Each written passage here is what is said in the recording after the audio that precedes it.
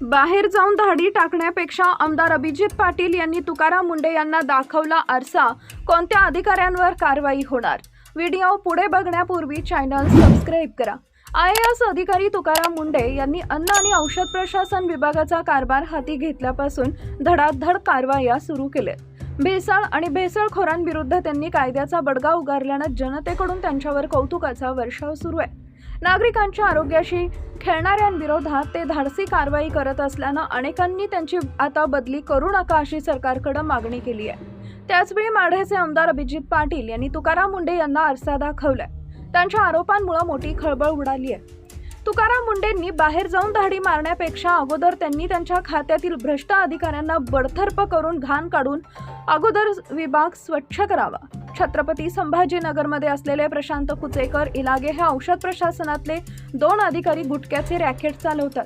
कुचेकर यांच्यावर सोलापूरमध्ये असताना गुटखा तस्करीचा गुन्हा दाखल असून इलागे यांच्या स्वतःच्या गाडीत तर 3 ते 3,42 लाखांची कॅश सापडली असा गंभीर आरोप माढ्याचे आमदार अभिजित पाटील यांनी केलाय.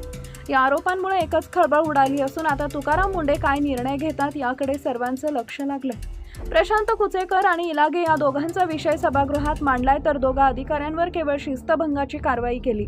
सरकारचा मला खेद वाटतो. सभागृहात या दोघांविषयी सगळी माहिती देऊन फक्त शिस्तभंगाची कारवाई केली.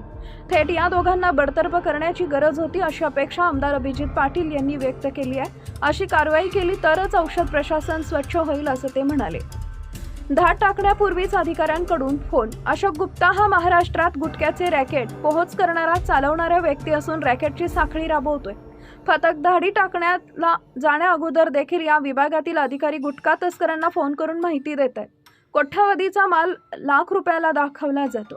गुटखा रॅकेट कसं चालतं याची सगळी माहिती तुकाराम मुंढेंना भेटून दिली आहे.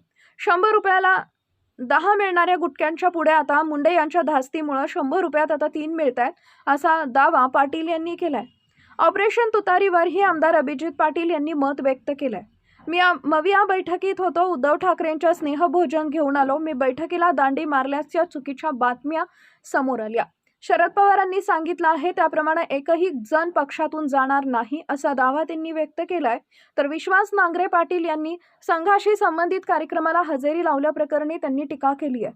प्रशासनातील अधिकाऱ्यांचा कोणताच पक्ष नसतो कारण अधिकारी होताना घेतलेल्या शपथेचं स्मरण ठेवून निष्पक्षपातीपणे भूमिका घेणं आवश्यक होतं. कुणा एकाची बाजू घेणं चुकीचं असल्याचंही माढ्याचे आमदार अभिजित पाटील